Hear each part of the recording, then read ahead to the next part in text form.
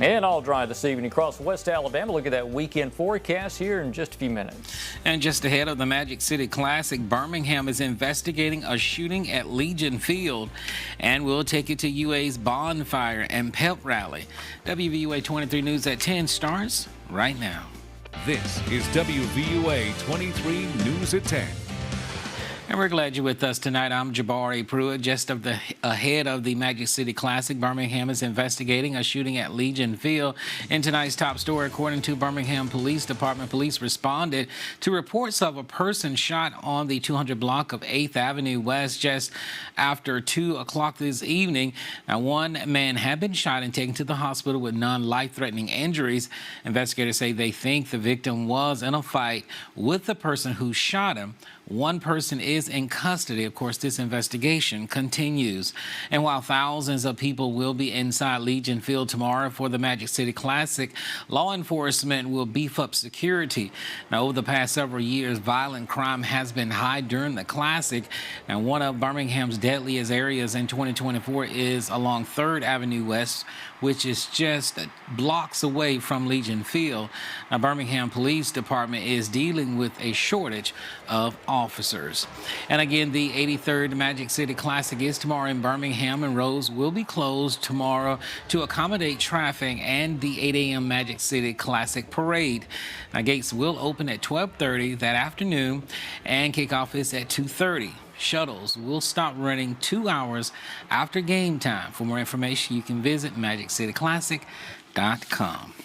Well, the University of Alabama has been celebrating its homecoming all week long, and tonight they hosted the annual pep rally.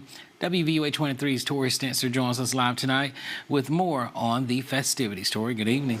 Good evening, Jabari. Tonight's pep rally and bonfire saw a new addition to the celebration with UA's first homecoming drone show.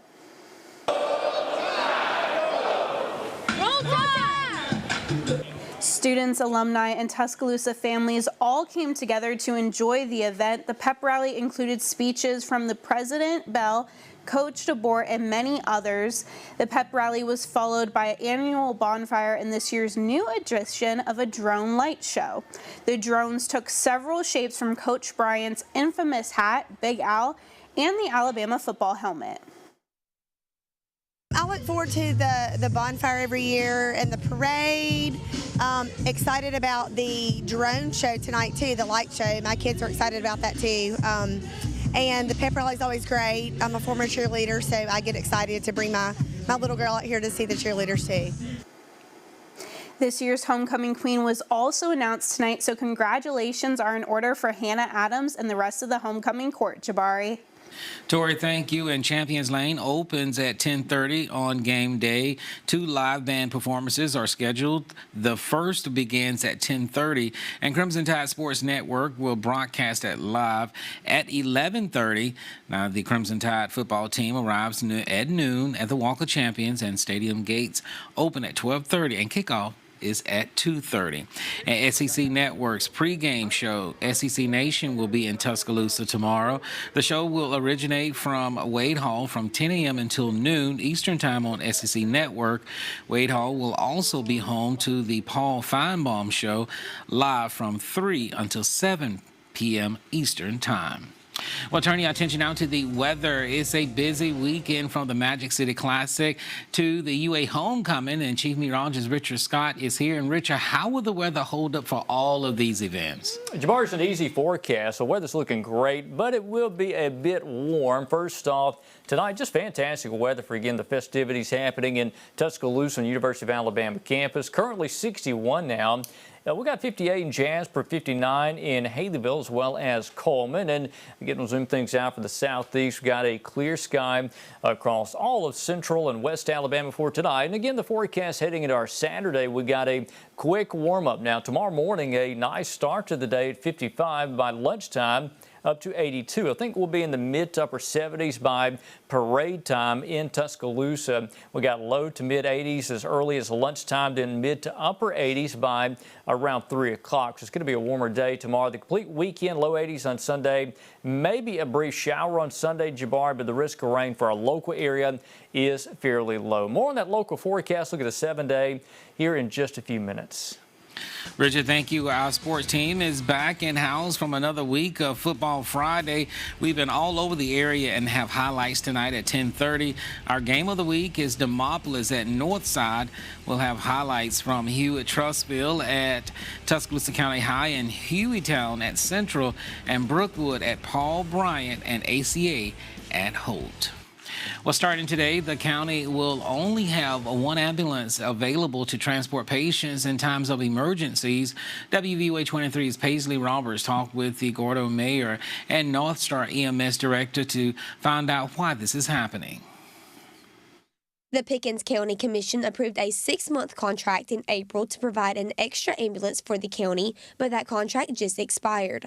The County Commission no longer has the money to provide Pickens County with the additional resources. The ambulance services were self-sustaining until 2020 when Pickens County Hospital closed. That closing decreased the number of transports since they were previously taking patients from the Pickens County Hospital to other hospitals nearby. If there's just one ambulance in the county, it takes 3 hours to pick up a patient, and since there's no hospital in the county, all of those patients, they either go to Mississippi or come back here to Tuscaloosa. If somebody were to call 911 or need assistance in Pickens County, it would take that ambulance coming from wherever they were back into the county. Callaway says he hopes they can sustain the one ambulance that is still being used. He says it takes about 7 transports a day to pay for 24 hours of ambulance service, and right now the county has an average of 4 transports a day. We've got documented cases in the last few years where people have sat waiting on one and possibly could have been saved if they could have got to the hospital. So yeah, it could be really bad. And, you know, one life's not worth it. Callaway says Pickens County needs financial help from the local and state government. It could also help if insurance companies like Medicare, Medicaid, and private insurance providers would reimburse at rates great enough to cover the service costs. But right now, that is not happening. Paisley Roberts reported our local leaders and state representatives are currently working to find an answer. One solution could be possible tag fee, which is being discussed. Well, Shelton State Community College is hosting a 6-week ACT prep program for Bibb County. This will start Monday, October 28th, and continue through November 4th. Students will learn how each section of the ACT is designed so they can approach each section with a strategy. Practice tests will be provided so students can put their skills into application. Further workshops will continue on the campus throughout December. This ACT prep course is being offered for free down in Bibb County at the Bibb County High School, and we're looking forward to helping students be better prepared when the ACT does come around so that they can have the highest score possible and get into the different programs that they're striving for. Now, you can register by emailing workshop manager Emily Wyatt at ewyatt@sheltonstate.edu. And West Alabama Works has an upcoming hiring event for Tuscaloosa County. It's on October 31st from 10 a.m. until 1:30 at Northport City Hall. Employers from ZF, PICO, DCH, Pfeiffer, and many more will be present. You can scan the QR code to pre-register.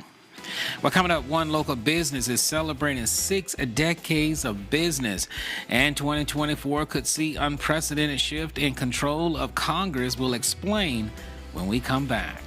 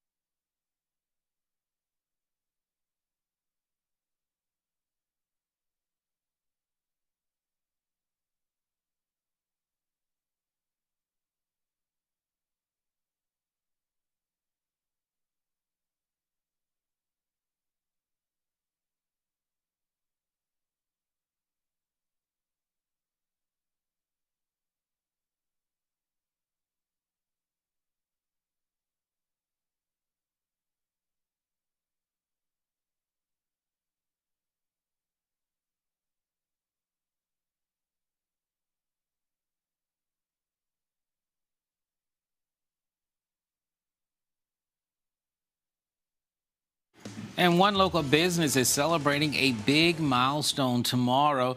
The Locker Room in downtown Tuscaloosa is celebrating 60 years of business.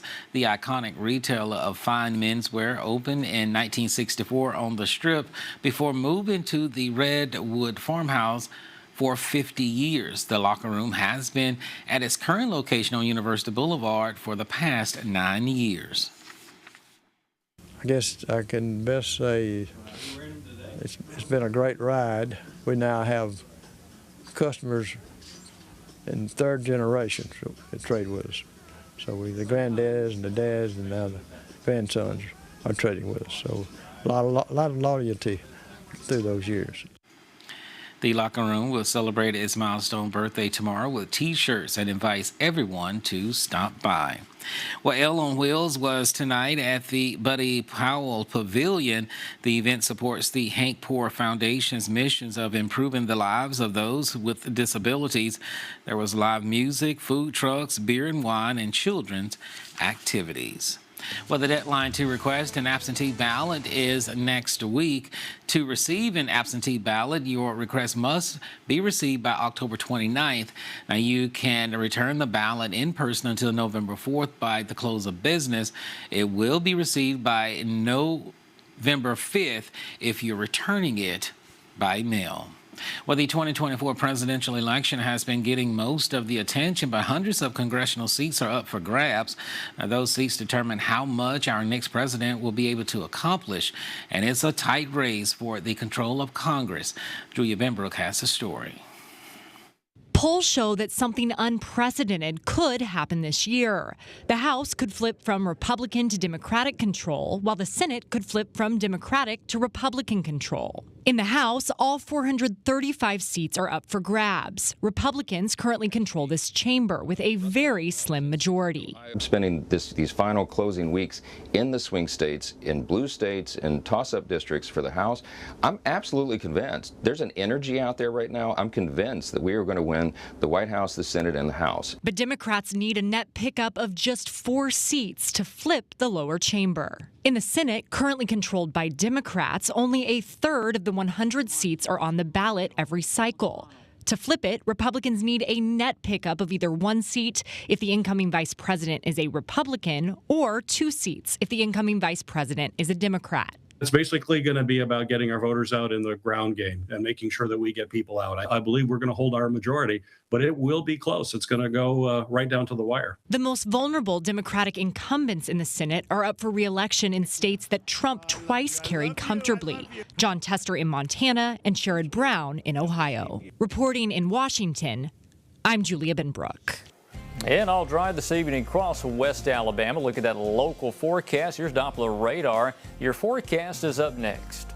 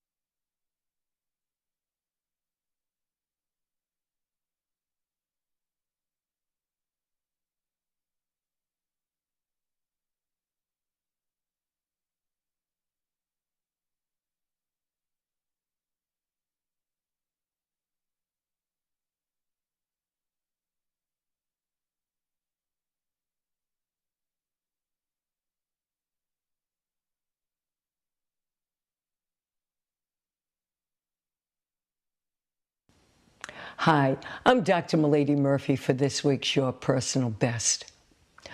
According to the National Institute on Aging, Boosting memory as we age is important. They recommend these 4 steps to improve and preserve our memory. The first, physical activity. They recommend 150 minutes of mild to moderate exercise, which comes out to about 5 days a week of 30 minutes. And this is at a minimum. Secondly, look at the following dietary approaches to your health. They recommend the Mediterranean diet, DASH diet, or the MIND diet.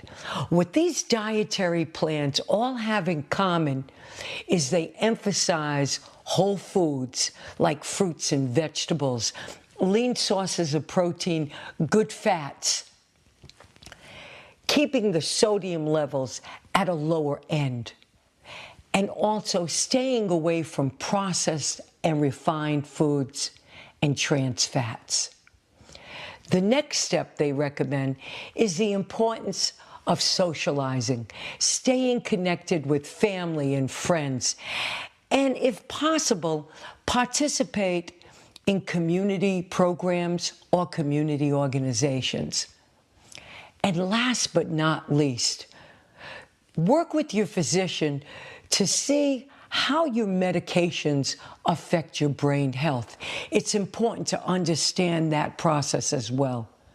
And so until next time, be safe and practice wellness.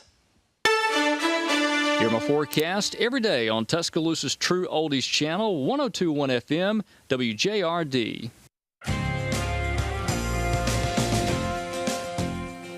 And what a nice evening across West Alabama. Here's a live view from our Demopolis camera in Marengo County, looking southbound from downtown Demopolis. And way off in the distance is Linden. We got a temperature of 61 in Demopolis, and Tuscaloosa also at 61. A nice evening for all the activities happening around homecoming here on the University of Alabama campus. Got the coaches' statues there and some people walking around and kind of checking things out this evening. In fact, it's amazing how fast officials cleaned up the Walk of Champions. Had a lot of folks out there earlier this evening and some pretty cool homecoming festivities there as well. Obviously the pep rally and bonfire, which was pretty cool, and the drone light show.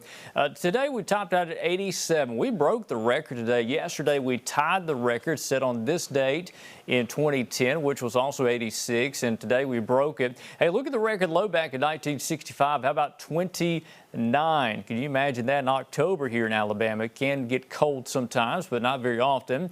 Again, Doppler radar, nice and quiet, no rain out there tonight. Temperatures across the board, got 61 now. Again, as we said, in Demopolis and Tuscaloosa, 59 for Haleyville and the Coleman area. Here's a look at the satellite. No cloud cover out there across Mississippi or Alabama now. And again, our forecast for Saturday, a good-looking weather day, 7 a.m., 55. And again, for the homecoming parade in Tuscaloosa, we'll be in the mid-70s by that point. By lunchtime, up in the lower 80s. And by 3 o'clock, mighty toasty at 86. Now, we need some rain bad. Again, the new drought monitor came out yesterday on Thursday. We got a moderate drought across most of West Alabama. Some severe drought. That's a D2 in East Marengo County and southern portions of Perry. In terms of rainfall, not much coming up, maybe a brief shower on Sunday.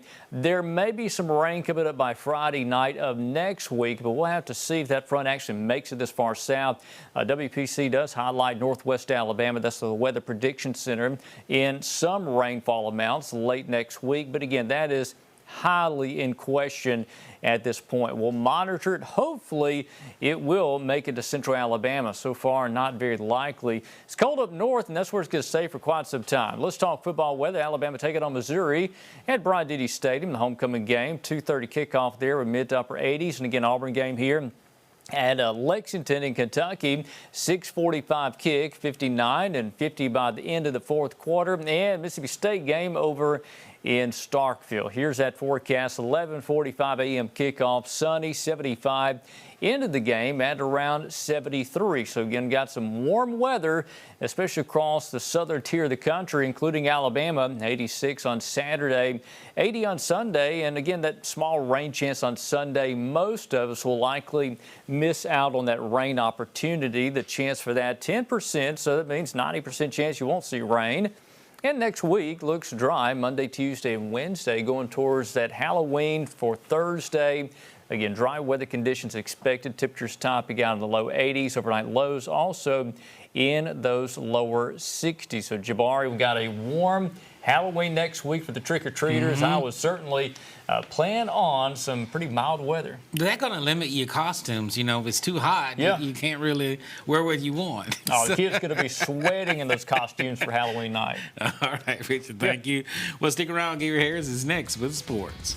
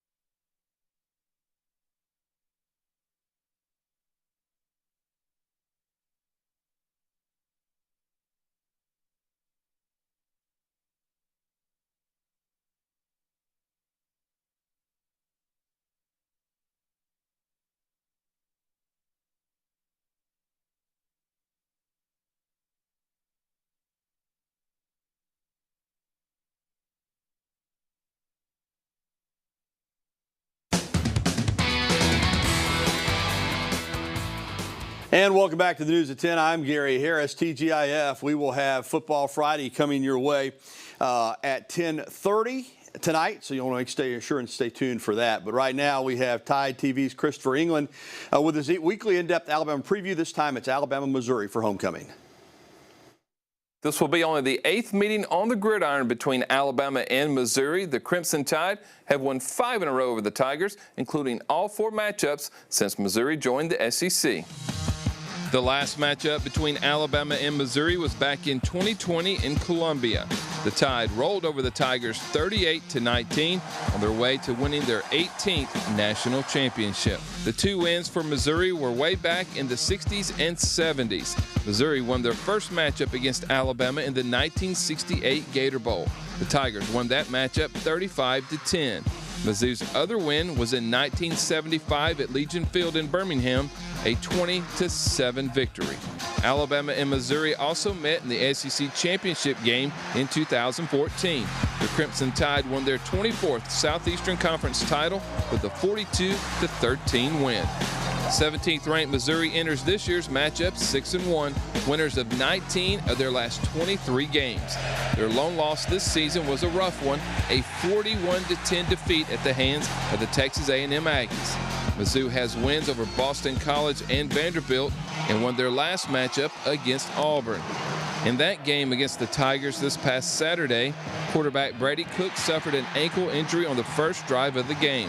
After a visit to the hospital, Cook was able to return late in the third quarter and rallied Mizzou from 14 points down in the second half to a 21-17 win.